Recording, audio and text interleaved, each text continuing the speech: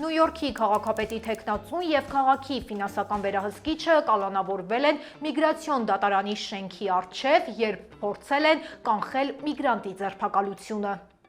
Տեսանյութում երևում է, թե ինչպես է նա կանգնել այսի գործակալների առջև, պնդելով, որ նրանց գործողությունը անօրինական է առանց համապատասխան դատական հրամանի։ Նա անգամ ձեռքը դրել է տղամարդու ուսին, հայտարարելով՝ դուք իրավասու չեք ձերբակալել ԱՄՆ քաղաքացուն եւ հրաժարվել է նահանջել։ Միջադեպի ընթացքում նրան նույնպես ձերբակալել են։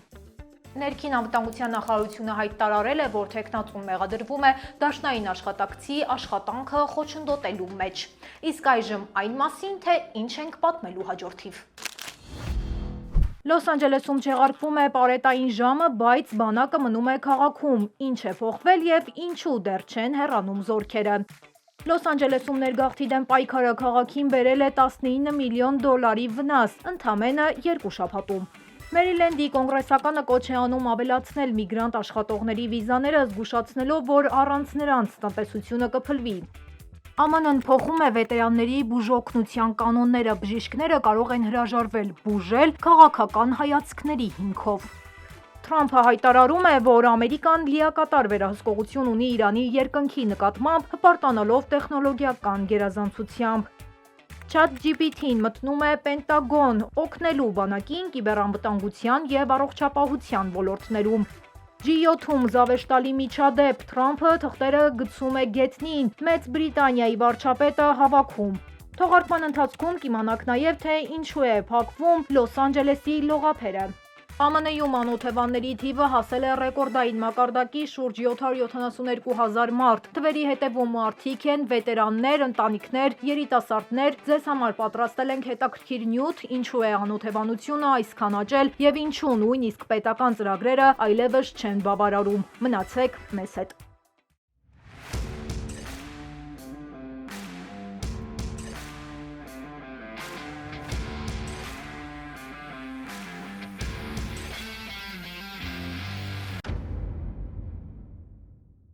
Բարև ձեզ, դուք դիտում եք Glendale Newsroom-ի հերթական թողարկումը։ Ես Լենա Կարապետյանն եմ ու մեր թիմի հետ ձեզ եմ ներկայացնում Ամերիկայում կատարվող քաղաքական ու հասարակական կարևոր նորությունները։ Մեզ աջակցելու համար պարզապես բաժանորդագրվեք մեր YouTube-յան ալիքին, սեղմելով զանգակի կոճակը։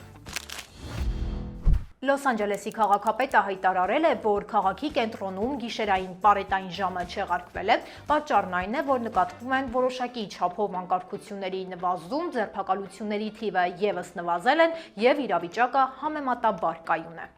Զուգահեռ քաղաքում դեռ շարունակվում են բողոքի ակցիաները, որոնք երբեմն վերածվում են անկարգությունների ու գողությունների։ Չնայած պարետային ժամի չեղարկմանը, Լոս Անջելեսում մնում են անվտանգության ուժեր, ներառյալ ազգային գվարդիան եւ ծովային հետևակի ստորաբաժանումները։ Նրանք հսկում են տարբեր դաշնային շենքեր, այդ թվում միգրացիոն այս ծառայության գրասենյակը, որտեղ էլ մի քանի օր առաջ սկսվել էին առաջին անկարգությունները։ Քաղաքապետը նշում է, որ եթե իրավիճակը կրկին սրվի, ապա նա պատրաստ են նորից վերականգնել պարետային ժամը։ Այժմ քաղաքային իշխանությունները փորձում են պահպանել վերահսկողությունը առանց լրացուցիչ սահմանափակումների։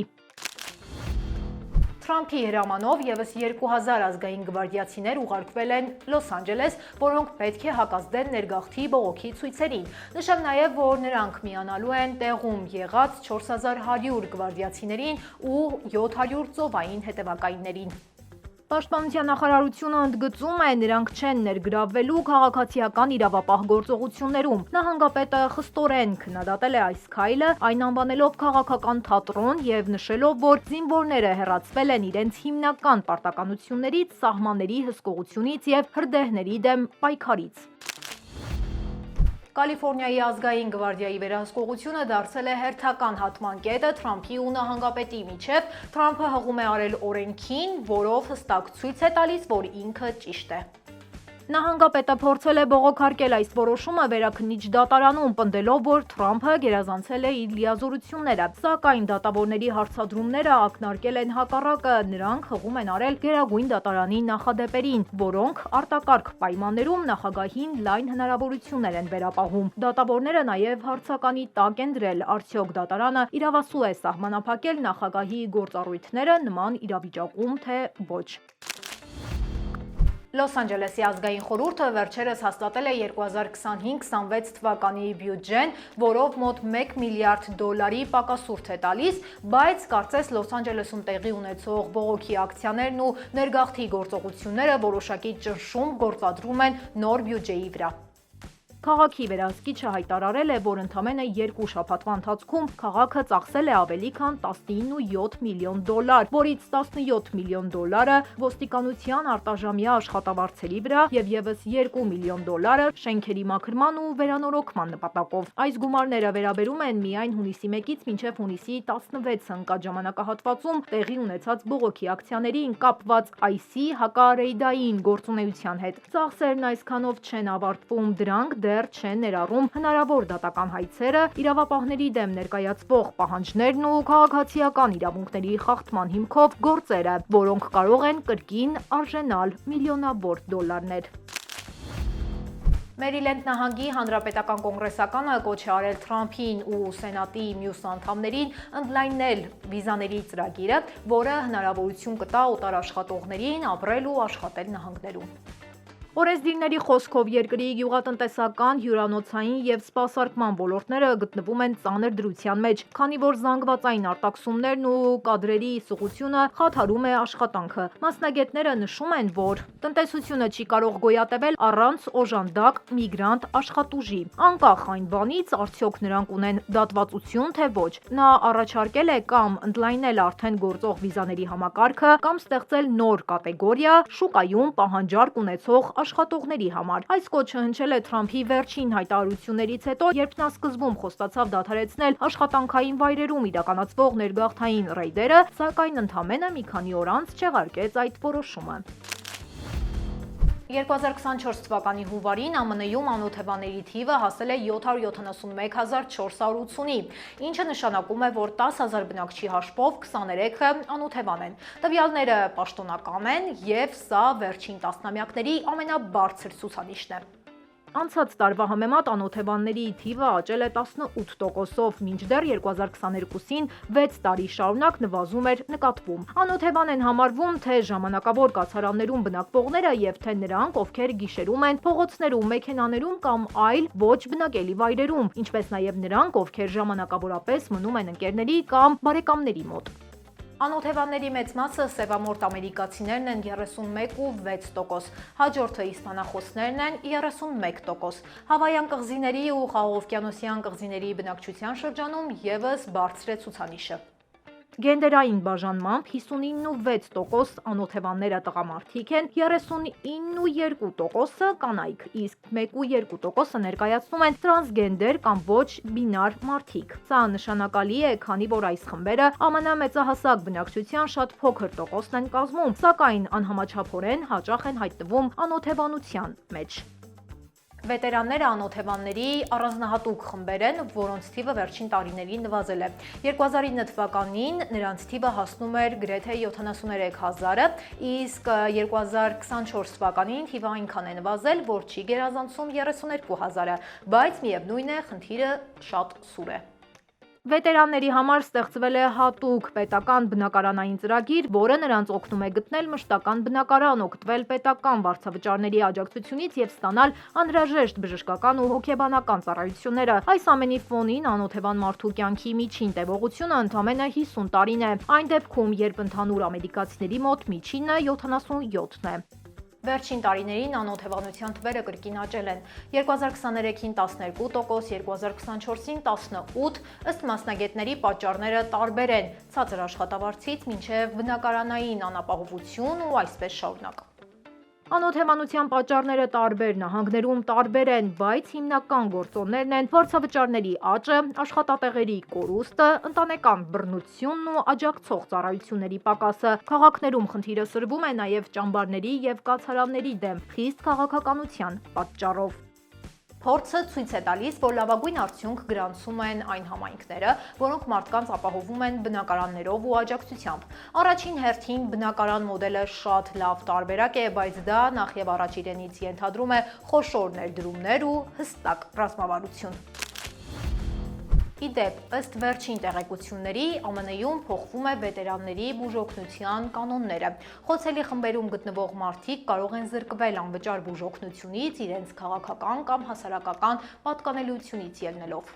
Վետերանների հարցերով վարչության նոր կանոնակարգով բժիշկները կարող են հրաժարվել բուժել որոշ վետերանների, կախված նրանց ընտանեկան կարգավիճակից կամ քաղաքական հայացքներից։ Փաստաթղթերից հանվել են դրույթներ, որոնք երաշխավորում են չեզոք սպասարկում։ ԱՄՆ վետերանների բուժծառայությունը ամենամեծն է երկրում, սպասարկելով 9 միլիոն մարդու, եւ իրավապաշտպաններն ահազանգում են նոր կանոնները կարող են հանգեցնել խտրականության, հատկապես միայնակ կամ դեմոկրատներին աջակցող վետերանների նկատմամբ։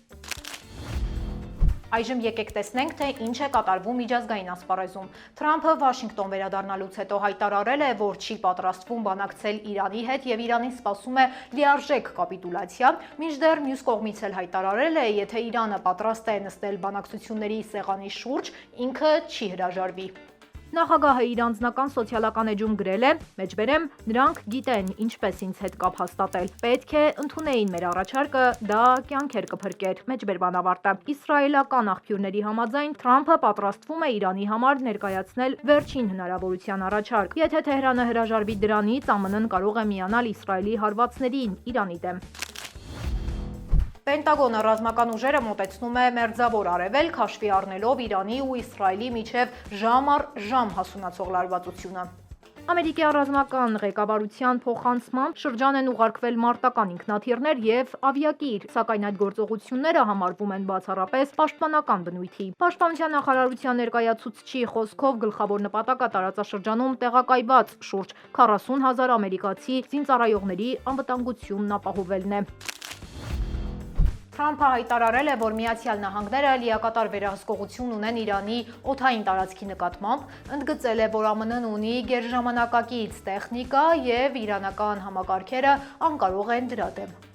Այժմ մենք ունենք ամբողջական եւ բացարձակ վերահսկողություն Իրանի երկնքի վրա։ Իրանը ուներ հզոր հսկողություն ու պաշտպանության համակարգեր, բայց դրանք չեն կարող համեմատվել այն տեխնոլոգիայի հետ, որն արտադրվում է Ամերիկայում, գրել է Թրամփը իր անձնական սոցիալական էջում։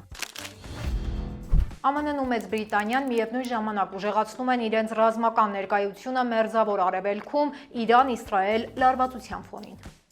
ԱՄՆ-ն ոչ միայն լրացուցիչ կործանիչներ է տեղափոխում Մերձավոր Արևելք, այլև երկարաձգում է արդեն տեղակայված օդուժի մնալու ժամկետը։ Ամերիկյան զինվորականները պատրաստվում են հնարավոր հրամանի աջակցելու Իսրայելին օդում վառելիք տրամադրելով իսրայելական օդանավերին հարվածների ժամանակ։ Բրիտանիայի պաշտպանության նախարարը հայտարարել է, որ իր երկիրը նույնպես սկսել է կործանիչների տեղափոխում դեպի տարածաշրջան, ամրապնդելու պաշտպանական հնարավորությունները։ Այս զարգացումները վկայում են, որ Արևմուտքը լրջորեն նախապատրաստվում է իրավիճակի հետագա սրմանը Իրանի եւ Իսրայելի միջև։ ԱՄՆ-ում վիզա ստանալը նոր կառավարության վարած քաղաքականության պատճառով բավականին բարդ է, բայց մեր գործընկերները բազմիցս ապացուցել են, որ լավ պատրաստված լինելու դեպքում այն հնարավոր է։ Smart Assist-ի մասնագետները արդեն օգնել են հարյուրավոր ուսանողների, գործարարների եւ Հայաստանի քաղաքացիների ընտրելու վիզայի ճիշտ տեսակը, ստանալու հրավերներ ԱՄՆ-ից, կատարել անհրաժեշտ ամրագրումներ եւ նախապատրաստվել դեսպանատան հարցազրույցին։ Թիմը քայլ առ քայլ ուղղորդում է դիմորդներին, ապահովելով անհատական մոտեցում։ Նշեմ, որ առաջին խորհրդատվությունն անվճար է, պարզապես պետք է անցնել թողարկման տակ տեղադրված հղումով, որը կգտնեք մեկնաբանությունների դաշտում եւ Smart Assist-ի մասնագետները կապ կհաստատեն ձեզ հետ։ Կալիֆոռնիայի օրենսդիրները ներկայացրել են մի օրինագիծ, որը արգելում է իրավապահներին եւ նրանց անունից գործողություններ իրականացնող անձանց թաքցնել դեմքը դիմակի տակ։ Ըստ առաջարկի, բոլոր ոստիկանները պետք է լինեն ճանաչելի համազգեստների վրա նշված անունով կամ այլ տեսանելի տարբերանշանով։ Բացառություններ կարվեն միայն հատուկ ջոկատների, բժշկական պաշտպանիչ դիմակների կամ ծխից պաշտպանող արտակարգ իրավիճակային դիմակների դեպքում։ Դեմոկրատ падգամավորների խոսքով օրինագիծը արձագանք է դաշնային գործակալությունների վերջին ներգաղթի գործողություններին, երբ աշխատակիցները գործել են դիմակներով եւ որևէ մեկի ինքնությունը հայտնի չէ։ Օրենսդիրները վստահ են, որ այս նախաձեռնությունը կբարձրացնի հանրային վստահությունը ոստիկանության նկատմամբ եւ կապահովի ավելի թափանցիկ իրավապահ համակարգ, հատկապես այն ժամանակներում, երբ ընտանիքներ բաժանվում են նոր ներգաղթի քաղաքականության պատճառով։ Թրամփը որոշել է լուծարել մի խումբ, որը զբաղվում էր Ռուսաստանի նկատմամբ ճնշման մեծացմամբ, եւ նպատակն այն էր, որ պահ առաջ շուտ հասնեն համաձայնագրի կնքմանը։ Reuters-ի աղբյուրների տվյալներով այդ խումբը այլևս չի գործում, իսկ այսպես ակնհայտ է դառնում, որ Թրամփը չի ցանկանում խստացնել իր դիրքորոշումը Մոսկվայի նկատմամբ։ Նախագահը դժգոհ է Ուկրաինայի հետ բանակցություններում արդյունքների բացակայությունից եւ արդեն սկսել է խոսել այն հնարավորության մասին, որ ԱՄՆ-ն կարող է դադարեցնել իր ջանքերը։ Այս պայմաններում խմբի աշխատանքը կորցնում է իր իմաստը։ Մինչև այս խմբի գործունեության մասին հանրային հաղորդագրություն չկար, այն հայտնի դարձավ միայն նրա փակման հետ կապված։ Ամազոնի գլխավոր գործադիր տնօրենը զգուշացրել է, որ առաջիկա տարիներին գեներատիվ արհեստական բանականության ինտեգրումը կարող է առաջացնել մի շարք աշխատատեղերի փակմանը։ Սա բացառիկ ու հազվադեպ հնարավորություն է, որն ի հայտ է գալիս միայն մի քանի տասնամյակում, մեկ անգամ, որը հիմնովին կփոխի աշխատանքային մեխանիզմները։ Ամազոնի գլխավոր տնօրենը նշել է, որ արդեն կան ոլորտներ, որոնք ապագայում կպահանջեն քիչ աշխատողներ, մինչդեռ որոշ ոլորտներում կձևավորվեն նոր մասնագիտություններ կապված AI-ի մշակման ու կիրառման հետ։ Այս հայտարարությունը կարծես ուղերձ է ընկերության աշխատակիցներին, որպեսզի պատրաստ լինեն կառուցվածքային փոփոխությունների։ Մեկնաբանություններում գրեք, ինչ եք կարծում, գեներատիվ արհեստական բանականության ներմուծումը օգուտ է բերում մարդուն, թե աստիճանաբար հանում է ասպարեզից։ Սիրելի հետևորդներ, մինչև թողարկման մյուս կարևոր նորությունների մասին խոսելը, եկեք տեսնենք, թե ինչ է հրապարակված մեր Facebook-յան էջում։ OpenAI-ը մուտք է գործում Պենտագոն $200 միլիոն արժողությամբ պայմանագրով ChatGPT տեխնոլոգիան սկսում է աշխատել ԱՄՆ ռազմական համակարգում։ Ընկերությունը պայմանագիր է կնքել Պենտագոնի հետ, ըստ որի արհեստական բանականությունը կօգտագործվի կիբերանվտանգության, բուժսպասարկման եւ վարչական գործընթացների ավտոմատացման համար։ Թրամփը դժգոհ է մնացել իր ծննդյան օրվա ռազմական շքերթից, տրիբունաների դատարկությունից ու զինվորականների ժպիտներից, սակայն հանրության այն ներկայացվել է որպես հիասքանչ հաջողություն։ Ըստ մամուլի, նա բարկացել է նույնիսկ զինվորների քայլերի եւ պահվածքի վրա մեղադրելով Պենտագոնին շքերթը փչացնելու համար։ G7-ի գագաթնաժողովում զավեշտալի ու միաժամանակ խորհրդանշական միջադեպ է տեղի ունեցել։ Թրամփը ձեռքից գցել է ԱՄՆ-ի ու Մեծ Բրիտանիայի նոր առևտրային համաձայնագրի թղթերը, որոնք գետնից արագ հավաքել է Մեծ Բրիտանիայի վարչապետը, հետո լսելով Թրամփի հայտարարությունը, որ համաձայնագիրը պատրաստ է ստորագրման։ Եթե ձեզ հետաքրքիր են նման նորությունները եւ ցանկանում եք մշտապես լինել տեղեկացված, ապա անպայման հետևեք մեր Facebook-յան էջին եւ բաժանորդագրվեք մեր YouTube-յան ալիքին։ Մի մոռացեք սեղմել զանգակը, որպեսզի բաց չթողնեք մեր նոր թողարկումները։ BBC ներկայացրել է 3 հնարավոր սցենար, որով կարող է Թրամփը արձագանքել Մերձավոր Արևելքում կատարվող իրողությանը։ Առաջին տարբերակը ԱՄՆ-ն կարող է աջակցել Իսրայելի վարչապետին եւ գնալ հակամարտության սրման ճանապարհով։ Ըստ պարբերականի Թրամփի վրա ճնշում են գործադրում ոչ միայն Իսրայելը, այլև իր իսկ վարչակազմի բազե տրամադրություններ ունեցող անդամները, որոնք վաղուց կոչ են անում Իրանում ռեժիմի փոփոխության։ Երկրորդ սցենարի դեպքում Թրամփը կարող է զիջել կոնգրեսականների եւ իր կողմնակիցների ճնշմանը, որոնք պնդում են, որ այս պատերազմը դեմ է America First սկզբունքին։ Երրորդ ճանապարհը պահպանել հարաբերական չեզոքություն, խուսափելով իրավիճակի լրացուցիչ սրումից։ BBC-ի տեղեկություններով Թրամփի որոշ խորհրդականներ փորձում են նրան համոզել մնալ զգուշավոր դիրքերում եւ խուսափել անմիջական ներգրավումից, ինչը կարող է ել ավելի բարդացնել իրավիճակը։ Մասկի XAI ընկերությունը փորձում է ներգրավել 9.3 միլիարդ դոլարի ֆինանսավորում, պատճառն այն է, որ ծախսվել են բաժնետոմսերն ու գումարները, որոնք նախկինում ներդրվել էին, ու հիմա պետք է ֆինանսական աղբյուր որոնել, որպեսզի կարողանա իր դիրքերը ամրապնդել մրցակցային շուկայում։ XAI-ը նախատեսում է 4.3 միլիարդ դոլար ներգրավել բաժնետոմսերի վաճառքում, իսկ մյուս 5 միլիարդը պարտքով Morgan Stanley-ի օգնությամբ։ Սակայն աղբյուրները նշում են, որ բարձր եկամտաբերությամբ պարտքային շուկայում ներդրողների հետաքրքրությունն այս փուլում ցածր է։ Ընկերությունը ծախսում է ավելի քան 1 միլիարդ դոլար ամսական, ինչը ներդրողներին զգուշավոր է դարձնում։ Միևնույն ժամանակ Մասկը հայտնվել է նաև քաղաքական հակասությունների մեջ Թրամփի հետ, լրացուցիչ ազդեցություն թողնելով հանրային ընկալման վրա։ Թրամփը հրապարակավ քննադատել է Ֆրանսիայի նախագահին այն հայտարարության համար, թե իբր ԱՄՆ նախագահը Կանադայում անցկացվող մեծ յոթնյակի գագաթնաժողովից հեռացել է, վերադարձել է Վաշինգտոն, որպեսզի աշխատի Իրան-Իսրայել բանակցությունների ու հրադադարի հաստատման վրա։ Թրամփը իր անձնական սոցիալական էջում գրել է, որ Մակրոնը սխալվում է և իրական պատճառը բոլորովին այլ է, ավելացնելով, մեջբերեմ, դա շատ ավելի մեծ բան է, քան հրադադարը, մեջբերման ավարտը։ Թրամփը նաև նշել է, որ Մակրոնը կամ դիտավորյալ, կամ պարզապես մշտապես սխալ է հասկանում իր գործողությունները։ Օտարերկրյա օգնությունը ԱՄՆ-ի արտաքին քաղաքականության առանցքային գործիքներից է։ Դեռ 1946 թվականին, երբ Եվրոպան տուժեց պատերազմից, իսկ ԱՄՆ-ն փորձում էր վերականգնել ու ֆինանսական օգնություն էր ցուցաբերում Եվրոպային, հենց այդ ժամանակահատվածում էլ ձևավորվեց այս համակարգը, ու այսօր աշխարհի տարբեր երկրներ հենց այս համակարգում են։ Եկեք միասին խոսենք փաստերով ու թվերով այս ամենի մասին։ 2023 թվականին ԱՄՆ-ն օտարերկրյա օգնության շրջանակում փոխանցել է ավելի քան 50 միլիարդ դոլար, ընդգրկելով 173 երկիր և տարածք։ Ամենամեծ շահառուն Ուկրաինան է, ստացել է 16.6 միլիարդ դոլար։ Սա նշանակում է, որ Ուկրաինան միայնակ ստացել է մոտ 33% ամբողջ օտարերկրյա օգնության բյուջեից։ Համեմատության համար ասեմ, որ Իսրայելը, որը երկար տարիներ եղել է ԱՄՆ օտարերկրյա օգնության ամենամեծ ստացողներից, ստացել է 3.3 միլիարդ դոլար, իսկ Եթովպիան 1.8 միլիարդ։ Այս երեք պետությունը միասին կազմում են ԱՄՆ-ի ամբողջ օտարերկրյա օգնության 30%-ը։ Ուկրաինային ուղղված աջակցությունը ներառել է ոչ միայն զենք ու տեխնիկա, այլ նաև մարդասիրական աջակցություն փախստականների ընդունումից մինչև հիվանդանոցների վերանորոգում։ Ուկրաինային հատկացված գումարը գերազանցել է 159 երկրների օգնության գումարը միասին վերցրած։ Այսինքն աշխարհում տասնյակ երկրներ, որոնցից մի քանիսը սուր կարիքներ ունեն, սով, համաճարակ, կլիմայական աղետներ, ստացել են ընդհանուր ավելի քիչ քան Ուկրաինան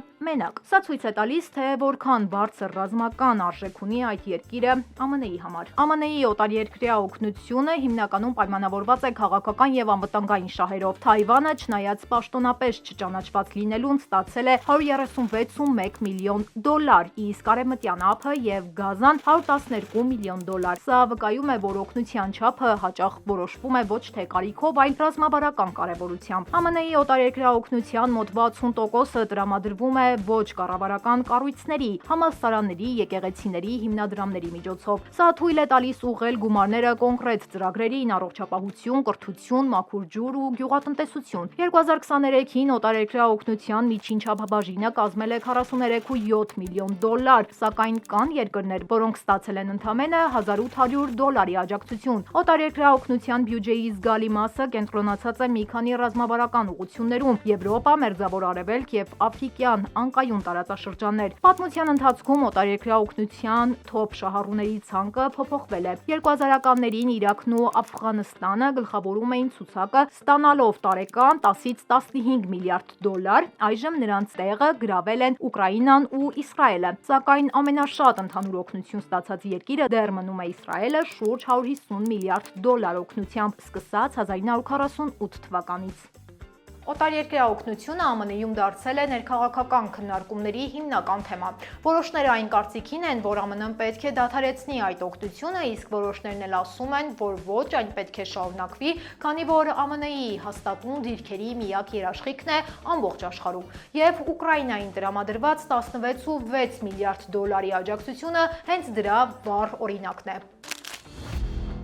Այժմ տեխնոլոգիական նորությունների շարքից։ Apple-ը ներկայացրել է ապագայի iOS 26-ը շլացուցիչ ինտերֆեյսով և նոր AI գործիքով, ինչը մի քանի անգամ կարագացնի սմարթֆոնի աշխատանքը և հագեցած կլինի մի շարք գործառույթներով։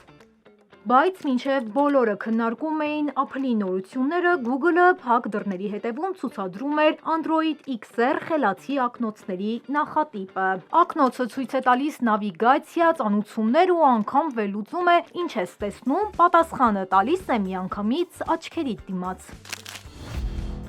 Լոս Անջելեսի առողջապահության վարչությունը զգուշացրել է բնակիչներին և զբոսաշրջիկներին հրաժարվել մի շարք ափեր այցելելուց, քանի որ ջրում հայտնաբերվել են բարձր բակտերիալ մակարդակ և որը վնասում է մարդկանց առողջությանը։ Մասնագետները խորհուրդ են տալիս այս փուլում հեռու լինել ջրից։ Վտանգավոր գոտիների շարքում են նշվում Սանտա Մոնիկայի, Մալիբուի և Մարինա դեյ Ռեյի լողափերը, որոնք հատկապես սիրված են ինչպես տեղացիների, այնպես էլ այցելուների կողմից։ Առողջապահական գերատեսչությունները հետևում են ջրի որակին և խոստանում են նոր թարմացումներ տալ, երբ իրավիճակը բարելավվի։ Մինչև այդ քաղաքացիներին կոչ է արվում ցուցաբերել զգոնություն։ Կալիֆոռնիայի բնակիչները երկնքում տեսել են տպավորիչ տեսարան։ SpaceX-ը բարձրացել է երկինք, իր հետ տեղափոխելով 26 արբանյակ։ Նշեմ, որ ամբողջ գործընթացը ղեկավարել է Մասկի ընկերությունը և այն անցել է հաջող։ Հրթիռի պայծառ շողերն ու լույսերը նկատելի են եղել Սանտա Բարբարայում և Լոս Անջելեսում։ Դիտորդներից մեկը նույնիսկ նկարահանել է պահը, երբ հրթիռի հատվածները բաժանվում էին օդում։ SpaceX-ը հայտնել է, որ այս հարձակումը ևս մեկ կարևոր քայլ է տիեզերական կապի զարգացման ճանապարհին։ Սիրելի հետևորդներ, շնորհակալ ենք թողարկումը մինչև վերջ դիտելու համար։ Մենք բարձր ենք գնահատում ձեր ակտիվությունը, սիրով կարդում ենք բոլորիդ նամակներն ու մեկնաբանությունները։ Եթե ցանկանում եք առաջինը դիտել մեր թողարկումները, ապա բաժանորդագրվեք մեր YouTube ալիքին, սեղմելով զանգակի կոճակը, ինչպես նաև կոմենտներում գրեք, որտեղից եք հետևում մեզ։ Այսօր այսքանը, կհանդիպենք վաղը։ Շնորհակալություն։